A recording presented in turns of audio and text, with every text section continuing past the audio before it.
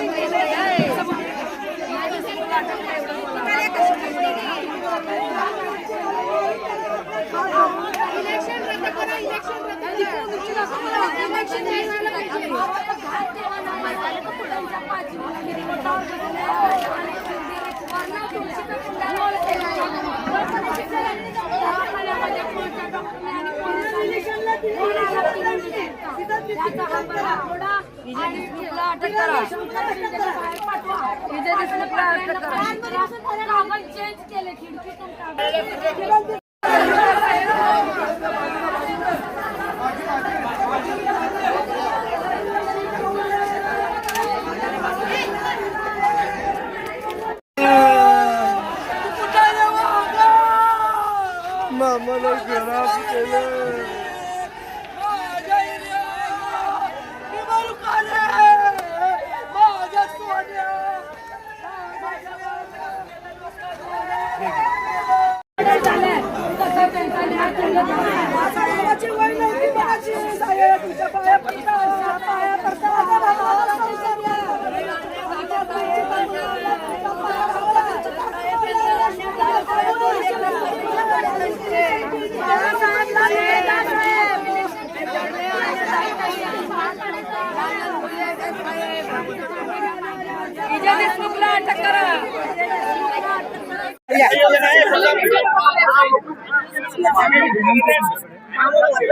अरे महिला इकडे थांबा. हो काकू, हो काकू, हो तुम्ही बाहेर या. हो छोटा तुम्ही बाहेर, काकू तुम्ही सारखा बाहेर.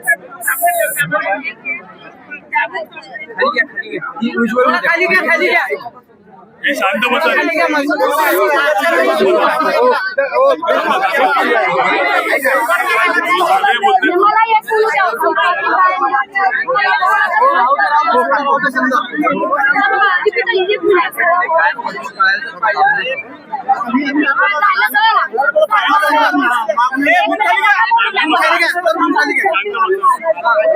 साहेब आज भेट दिलेली आहे, काय म्हणणं आहे?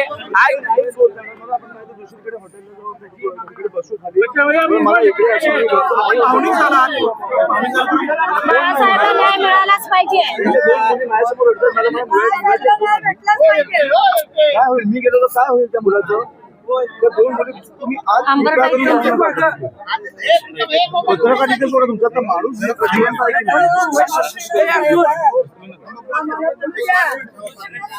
आणि भाजपला मला एवढं विचारलं, तुमची पातळी एवढी पडली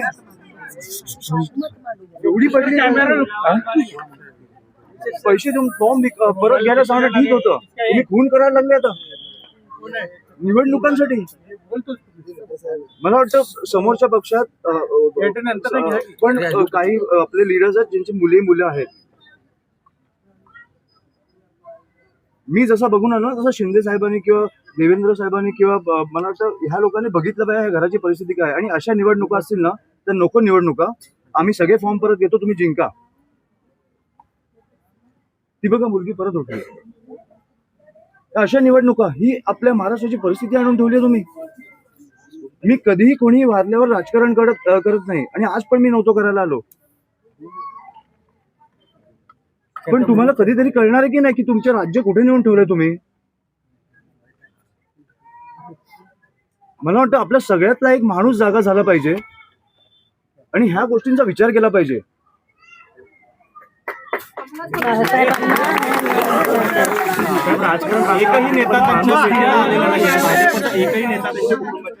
माझी विनंती आहे, फडणवीस साहेबांना माझी विनंती आहे, एक दिवस प्रचार सोडा आणि प्लीज या. तुम्हाला निवडणुका काय कुठच्या पातळीला नेऊन ठेवल्यात ना आपल्याला कळते. आणि माझी विनंती आहे त्यांना, मोठे नेते आहेत पण मला वाटतं की आपल्या राज्याचे मुख्यमंत्री आहेत, कुठेतरी आपलं राज्य कुठे चाललंय हे त्यांनी पण बघितलं पाहिजे. ही कुठची परिस्थिती आहे? एक आई, एक बायको, 2 मुली आज अस्थि विसर्जन करून आल्यात. कशासाठी? निवडणुकीसाठी. ह्याची उत्तरं मला मिळालीच पाहिजे आणि बाळासाहेबांना न्याय हा मिळालाच पाहिजे. आम्ही साहेब ठाकरेंचा विजय असो.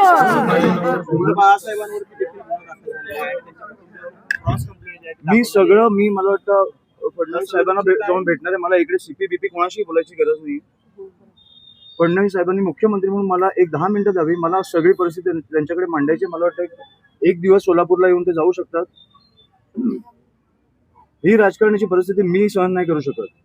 आपलं राज्य असं नाही असू शकत. आणि मला वाटतं सोलापूरकर म्हणून पण तुम्ही विचार केला पाहिजे की हे कुठे नेतंय आपलं शहर. बाकी सगळं ठीक आहे, 70 ठिकाणी तुम्ही जिंकला, बिनविरोध जिंका, मजा करा. पुढे 5 वर्ष 10 वर्ष रस्त्यांची वाट लावा, सगळं करा. खून नाही झाले पाहिजे. तुम्ही खुनापर्यंत पोहोचताय आता. मला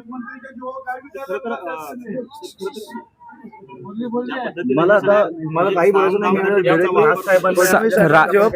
राज साहेबांनी या बाबतीत काय चर्चा झाली आहे? फडणवीस साहेबांची मला वाटतं ते बोलले, पण मी जाऊन भेटणार आहे तेव्हा त्यांना जेव्हा वेळ मिळेल तेव्हा मी जाऊन भेटणार. सगळं मी करणार. तुम्ही त्यांची काळजी नका करू आणि मला आर्थिक गोष्टी काही बोलायचं नाहीये. बाकी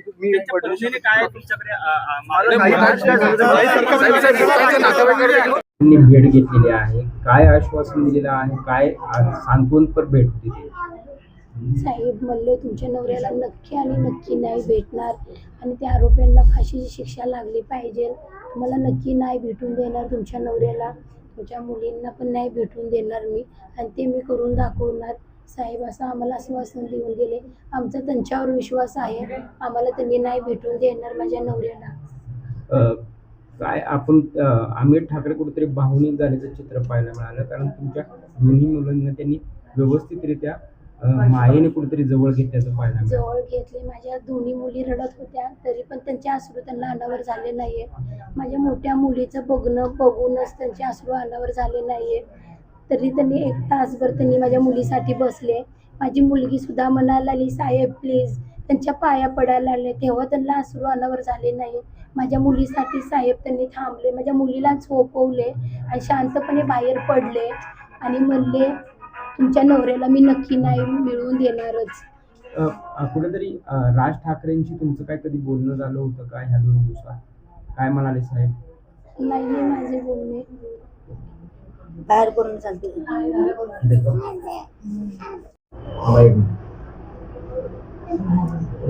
आज अमित साहेबांनी भेट घेतलेली आहे, काय सांत्वनपर भेट दिली, काय आश्वासन दिले? साहेब बोललेत तुमच्या भावाला न्याय देऊ शकतो, त्यांना फाशी आणि मोकाची सजा साहेब लावतो म्हणलेत. काय सुद्धा करू माझ्या भावाला न्याय भेटला पाहिजे. लोकासारखा भाव होता, डोळ्यात मिरची घालून भावाची हत्या केलेत, गुढीने बोलून घात केला भावाचा. मालकाचा आदेश म्हणून भावाला माझ्या टाकले विकेट, असं केलेत.